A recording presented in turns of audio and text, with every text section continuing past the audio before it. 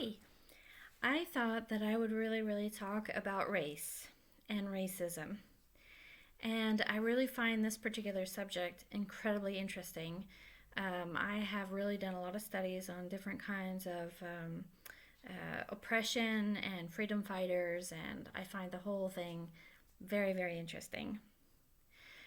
Right now in America, there is a popular literature called critical race theory. There's a lot of people who are really up in arms about this particular literature, and there's a lot of problems. I have never personally read some of these books, but I've known a lot of people who have really studied and picked apart the different messages that are in these books and are highly critical of some of the messages that are coming from these books. So I might comment lightly on critical race theory as well, because I do have an idea about some of the issues with these books, but I am no professor of critical race theory, so take it or leave it. When we're looking at race, I really truly believe that there are a lot of primal instincts that in our modern society we have chosen to blind our eyes to, that are completely natural, that have a lot to do with a sort of masculine mentality, and that is power groups are very territorial.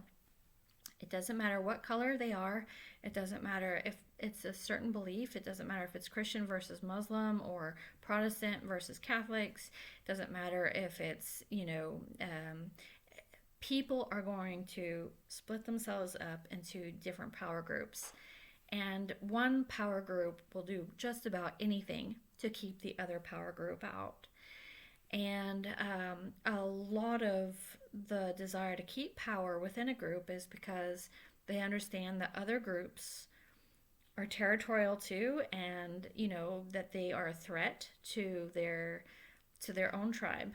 And so there is a really natural instinct that I believe is more powerful in men than in women. That's very possessive, very very tribal, and very territorial. And I really do believe that one of the reasons why some of the literature out there that's being produced by women can have some of the problems it has is because women don't generally have some of the same understandings about some of the natural instincts that are in men. Maybe I'm wrong to say that, I don't know, but that's my personal belief. Um, that being said, anybody who is building a hierarchy and a power structure, they usually do it through law. And usually the people on top are making the laws, and they're trying to get the people underneath to follow the rules. And as I said, any time of tyranny of any kind, doesn't matter what kind it is, it's always going to be found in the law. And so if you have one power group who is in control and they're trying to keep power and, from a different group, whether it's a different color or a different race or a different nationality or a different religion, they're going to use the law. And so if we just look at America and we look at the race relations in America, we definitely see where in America, back when slavery was completely legal, there were a lot of real issues. Um, you know, I remember the incredibly strong emotional reaction that I had when I watched The Heat of the Night, the movie where a black police officer was actually going to a southern region to help find a murderer. And the first thing he ended up doing was landing himself in jail because as soon as they saw a black man in their territory in the middle of the night, instead of finding out who he was, the first thing they just did was throw him in jail. And then, that was very painful to see, but it was also incredibly painful to see when he went to go interrogate a very rich plantation owner who slapped him in the face as a police officer. This really profoundly affected me when I saw those movies, and it really enraged me. And I think that that's really, the rage that anybody can feel when they're powerless to stop somebody from demeaning, bullying, or mistreating another person. So, and if the law is on the side of the oppressor and rather than the oppressed, there is tremendous pain involved in that and tremendous hurt. I think too that when we look at hierarchy in regards to tyrannical hierarchy, although there's different levels of tyranny in a hierarchy, excuse me, but if you have a hierarchy that's really based on where the top person is the only one who's allowed to have a good idea, or he's the only one who's allowed to be smart or to be intelligent or to know what's going on, or anything along those particular lines, then you would have whoever's on top trying to take the credit, either by never allowing them to do what they're good at all, which stops human progress, or it is about punishing a person for daring to show any kind of spark of intelligence. And I think that there was a skit, there was a comedy of some kind, although I don't think it's very funny, but there was definitely some kind of a comedian thing I've seen one time where they were talking about a black man who was dragging a buggy, and he was put in this terrible position where he didn't want to show the white slave owner that he could read, and this guy kept telling him, well, do you know what that sign means? And he's like, oh, I don't know how to read. I don't know how to read. Anything at all to try to keep their head down. And that's really, really hard, and it's very, very difficult when you're dealing with hierarchy like that in a power structure. Then there's also just different rules for different people. It's fluid whenever the person in power wants to change it in order to make you a criminal. And I think a lot of women face this in life, in churches, and also in the workforce.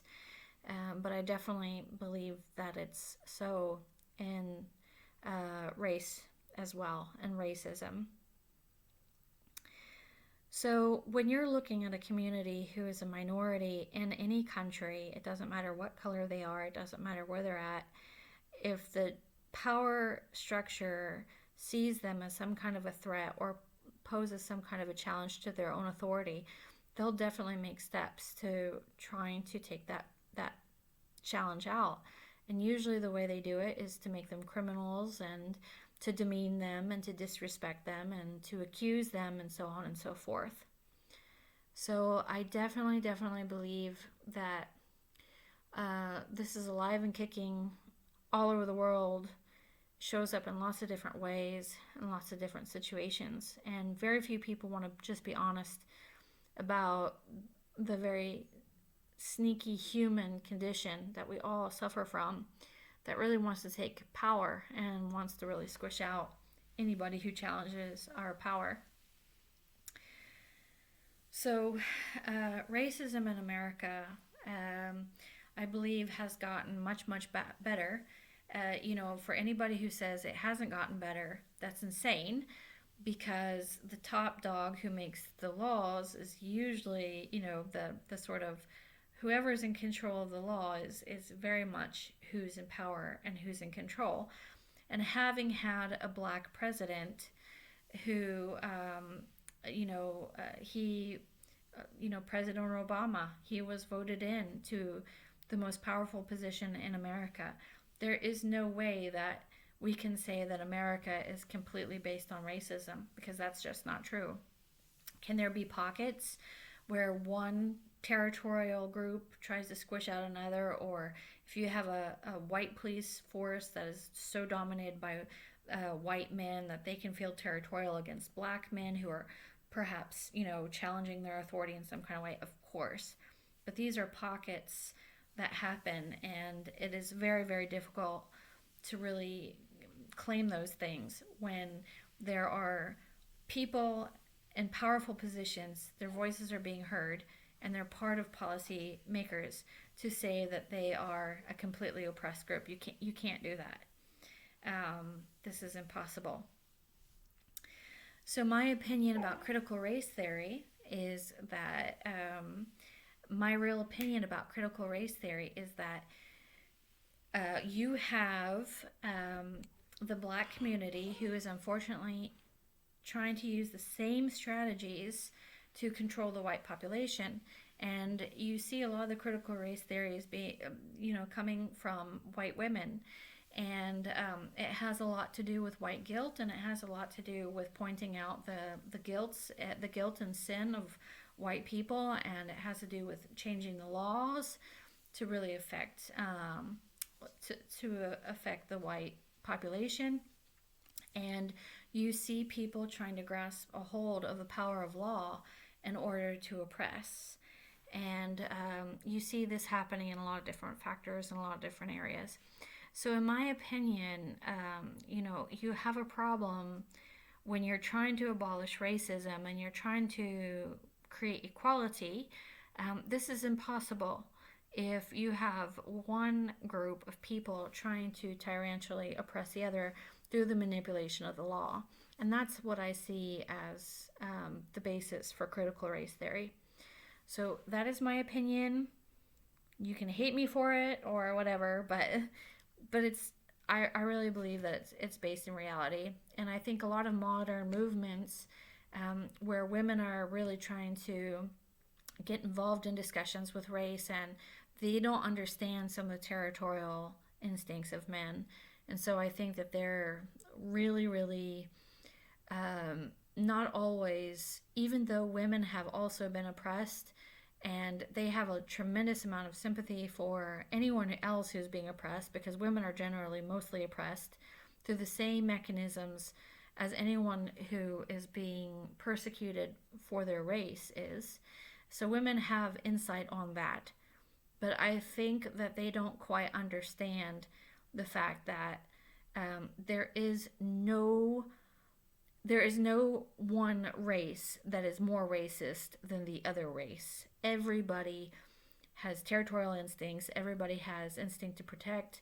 Everyone has an instinct to try to be the person who is in control. To not have those things would make you a Christian and a martyr, basically. So, yeah. So that's my opinion.